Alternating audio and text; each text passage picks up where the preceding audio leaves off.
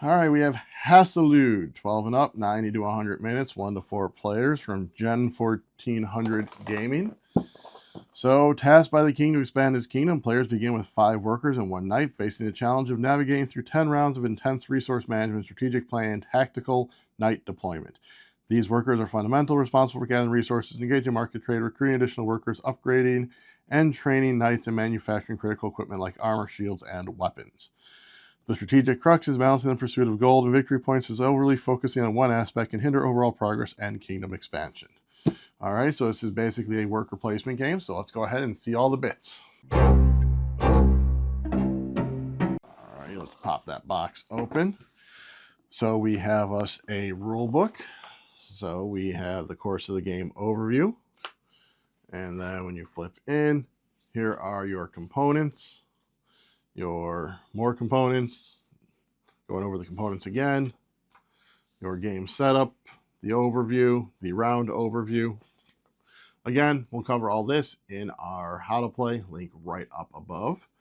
So here's the round review, the board overview, and then weapons, shields, armor, hire workers, train knights, upgrade knights. King's orders on the board overview, King's quests, tournaments. These are all different locations on the board. Complete quests and orders, the quest cards, the order cards, the King's army spot, endgame, final scoring, round overview, and then solo rules. So it has 2 different solo modes, the Quest for Adventure and the Automa Sir Blackblade of Shadowkeep. I'm going to do one of these in a solo play. That link will be up above as well. So basically use the following rules for the solo mode, the Quest for Adventure, setup, gameplay points. So this is basically play just with certain points. And then this one is going to have the Automa deck about kind of like placing it out and so forth. And there is all of those. And then end game, final scoring round overview. So there's that. Now we have us a main board. Not overly large, but my camera's too close, so you only see half at a time. So here are your different locations. There's your round track. Here is your point track. Then down here is where you're going to be training knights, hiring workers, going into your jousting tournaments at King's Army, complete quests or orders. These are where those quests and orders will be and where you can upgrade your knight. So that's it for the board. The cards are all in a disarray. I'll fix those here in a second. So this bag is a bag of your different resources. That'll all be listed up here to what they are. This is one of the issues that you'll find in this game, though, is that there's light gray cubes and white cubes. So those are very close in color, so it's kind of sometimes hard to differentiate those. I would have preferred a darker gray. Then you have your advanced resources, which if I remember right, it's like copper and steel, copper and ore, copper and mine, whatever it says up there is those. You then have your workers, which are basic meeple shapes in the 4 different player colors, blue, green, yellow, and orange. And then you have a baggie with other bits and bobs. So you have your knights in your various colors. You have your score tokens. You have the first player marker, and you have the round tracker.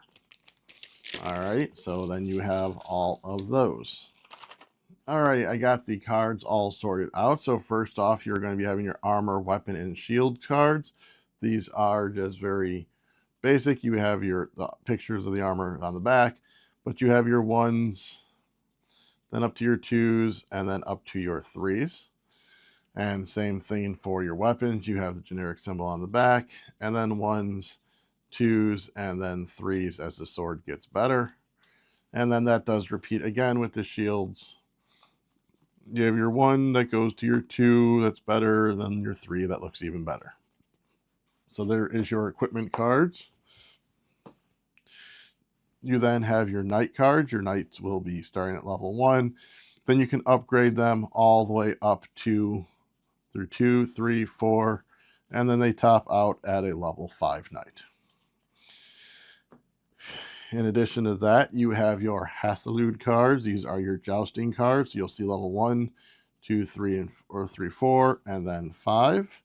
And if you look on this side, it is Sir Aaron of Ravenwood, 10. So that's what you're going to have to attempt to beat when you go to these different ones. So, hey, Sir Brad, yay!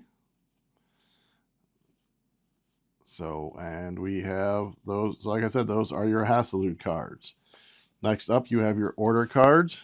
These are in, you'll see the little letter down here, you have A's, B's, and C's. These will get replaced throughout the game. And these are basically going to be, you're going to have a knight there with that amount of strength. You're going to turn in that many goods, and then you'll get that much gold. Sometimes you'll be getting King's Favor. So different things, and then as you can see, as you go to B's, it's a little less, and then A's will be even less. And then you have your quest.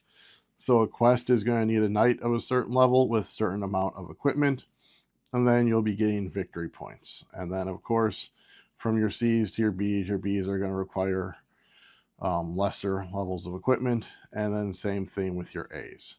But so basic, easy peasy equipment. Then finally, I'm not going to go much through it, but this is that solo deck of the Black Knight. Basically, it's going to be showing locations for them to put their workers and such. All these rules are shown in the rule book. So there you go. Those are the Black Knight cards, and that is everything that is in Hastilude.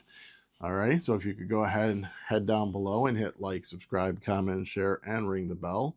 That is appreciated. If you're looking to purchase games, we have a link to Manager Market down there. If you use that link, we do get a portion of sales back here to the channel to help you afford more games to bring to you and this channel. Alrighty, so get out there and joust.